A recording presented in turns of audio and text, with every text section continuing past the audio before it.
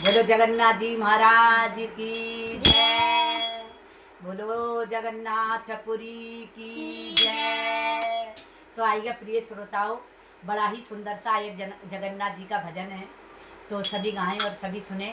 और भजन अच्छा लगे तो लाइक करें, सब्सक्राइब करें और कला शर्मा 11 चैनल को आगे बढ़ाएं और अच्छे से अच्छे भजन सुने और कमेंट में लिख के बताएं कि कैसे भजन लग रहे हैं।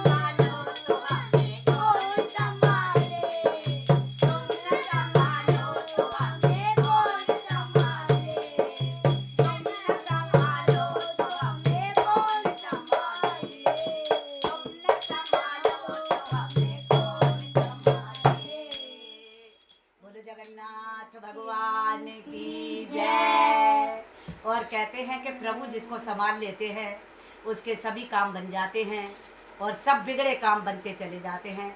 जगन्नाथ जी भगवान जी सभी पे कृपा बरसाए रखें और हम पर भी सब दया कृपा बना के रखें और हमें इसी प्रकार से गुणगान करते रहें और अपना जीवन इन्हीं के चरणों में व्यतीत करें। भजन अच्छा लगे तो लाइक करें, सब्सक्राइब करें और कमेंट में लिख के बताएं कि भजन कैसा लगा। बोलो जगन्नाथ भगवान की जय।